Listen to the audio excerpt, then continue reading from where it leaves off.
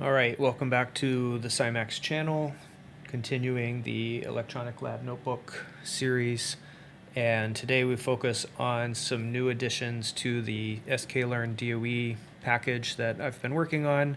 This is a design of experiments that I showed you a couple of days ago. And since then, I've added some flexibility. So I figured out how we could support different designs. I'll show you that. As well as custom models in case you want something different than polynomial models that have with linear regression. Okay, so let's just jump in. The default that we had before was just the Box-Banken design, and that is still the default. So here is an example of setting up a default design. It's a Box-Banken. This one will have 3 inputs, 3 outputs, and these are the levels to consider. And if we run this, you get a design matrix that is a data frame, and it gives you each experiment in a randomized order. So these 3 experiments are what you would want to run in the default setting. You can be more flexible. So let's say you want a multi-level full factorial design. The inputs are the same, we measure the same thing, the bounds stay the same, but we change the design now to full factorial.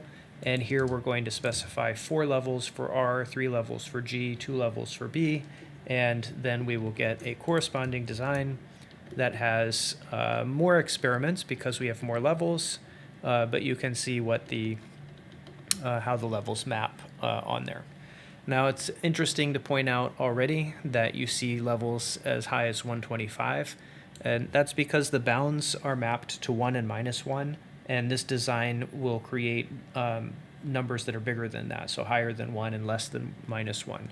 So you may have to adjust the bounds for that, or we'll have to consider like some other way of scaling than mapping to -1 and 1.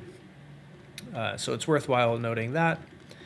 If you want just the 2-level factorial design, then FF2N is your friend. It is sort of a light wrapper around full factorial, and it just gives you a smaller design because there's only 2 levels per variable. And then finally, I can get rid of this comment now.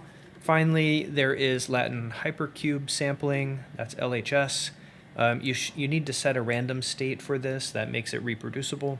And you can look up all these extra arguments are basically getting passed to the LHS generator.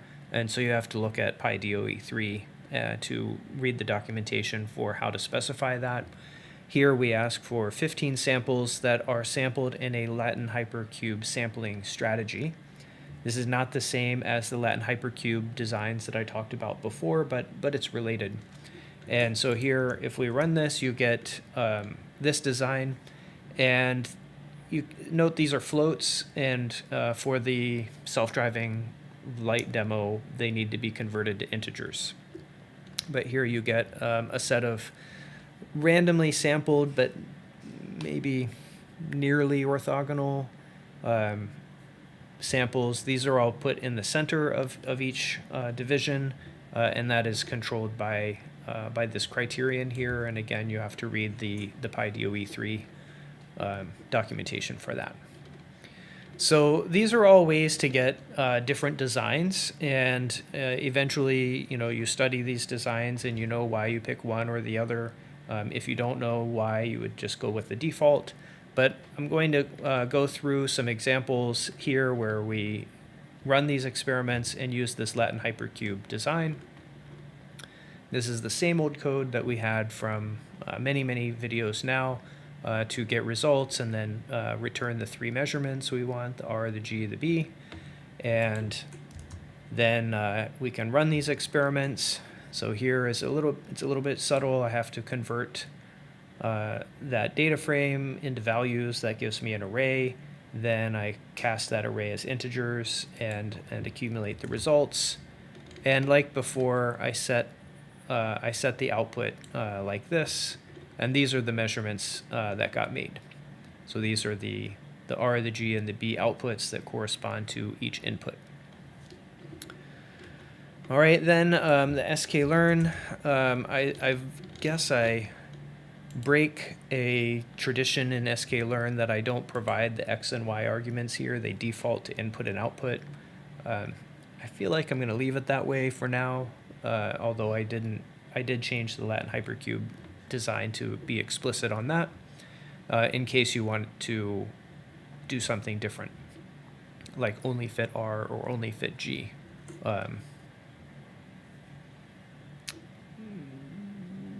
I'll explore that another time.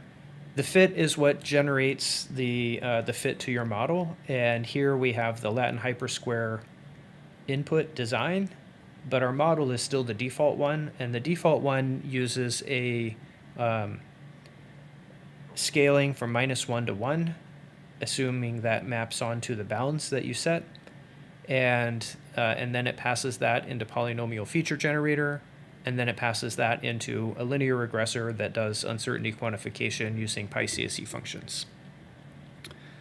We get automatically the score out of our model, and here I make a parity plot so you can see the R squared is quite good, the parity looks pretty good, and with the default, we can get a summary that shows us how many data points we fitted, the score, the mean absolute errors in each dimension, and then down here you see the confidence report of the value of parameters, the confidence interval over here, a standard error, and then an estimate of whether this is significant or not.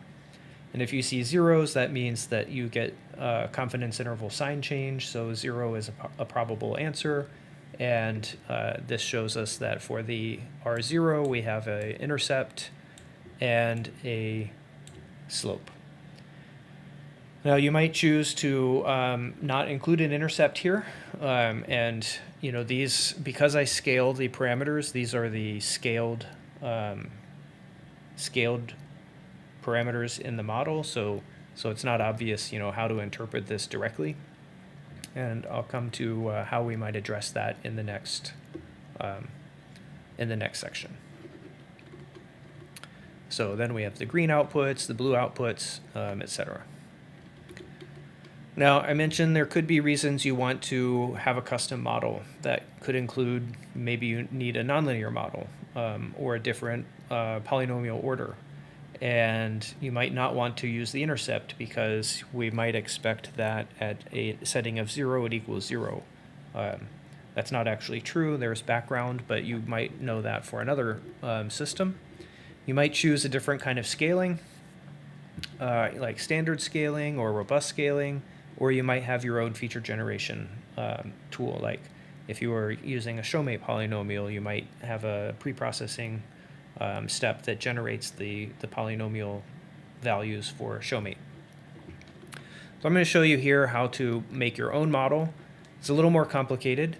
We have to import the relevant steps, and I don't need this one here. And then down here, I just create my own model. And here I use polynomial features with no scaling and the linear regression.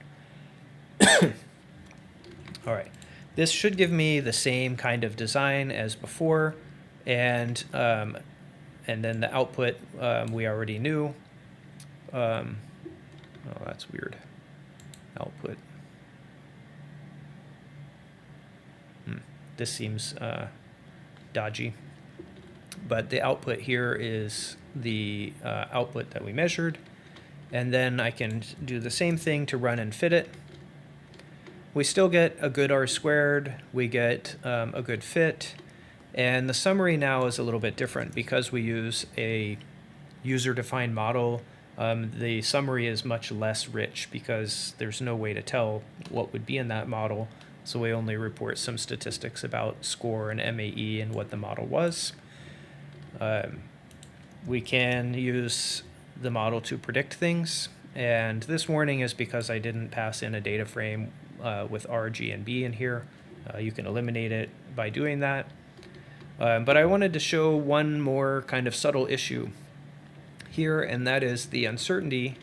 It looks like we have a very good fit here, right? So it seems like you should have extremely high quality parameters, but it's not actually the case. The parameters are fine, but the confidence intervals on almost all of them are huge, right? So we have plus or minus like 10,000 of uncertainties on this parameter that is about 1,000. And if we look at, so what I'm printing here is the coefficients in the first column. These are the confidence intervals in the second and third column, and this is the significance. And you see most of them are 0. Only one has a particular significance, and even that has quite a high uncertainty.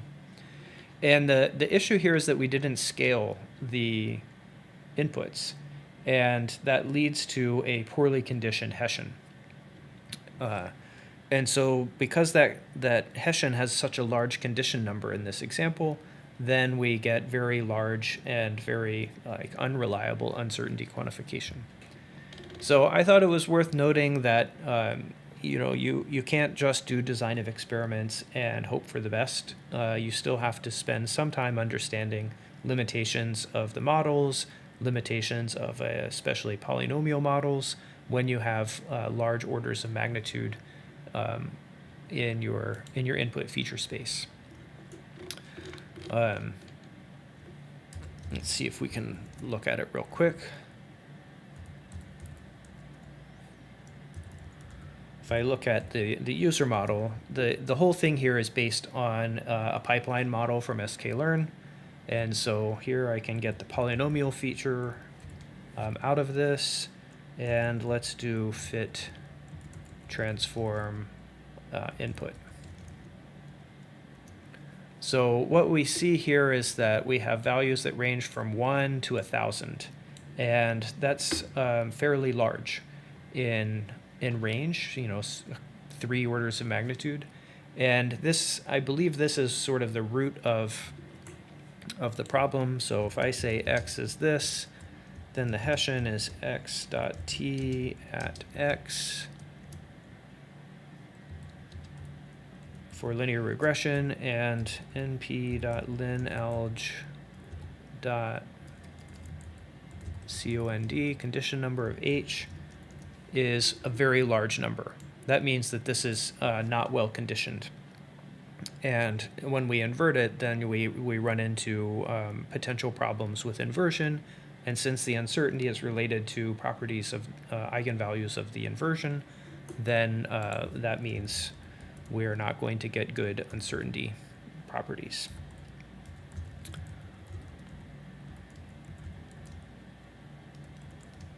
We can also look at these eigenvalues, and you see we have an eigenvalue of order 1 and an eigenvalue of order 1 billion. So this is the nature of the poor conditioning. The eigenvalues have a very, very high range of results. And that means that not scaling the results is not going to be a good idea here. So keep that in mind as you treat design of experiments and model building with skepticism. That is, at least until you know that it's doing the right thing, you shouldn't assume it's doing the right thing unless you can prove it's doing the right thing. So that's where the sklearn package is for surface responses at the moment. I think that it should be possible to use machine learning models. You could put a neural network or a Gaussian process or whatever other model you want in there now. I haven't tested it beyond what I just showed you here, but it should be possible to do.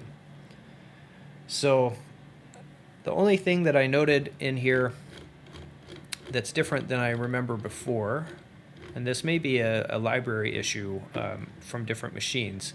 These used to be R, G, and B. These used to have the labels from the inputs that I specified, and now they're more generic.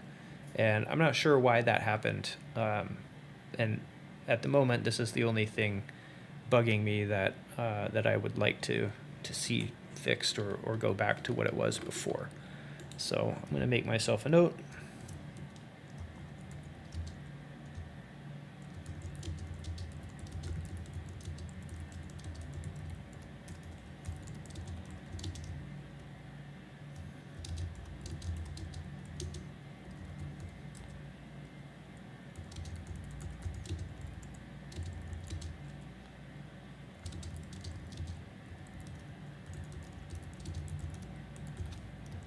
And one day when I'm not working on something else, I'll get back to working on that.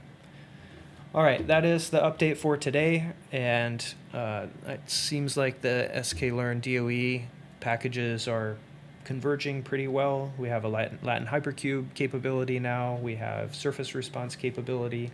That covers the vast majority of situations that I can imagine, and the only things that I feel like are really left are moving it towards some capability for active learning. We talked about that a couple of videos ago, and maybe something with a more advanced design of experiment package if one exists.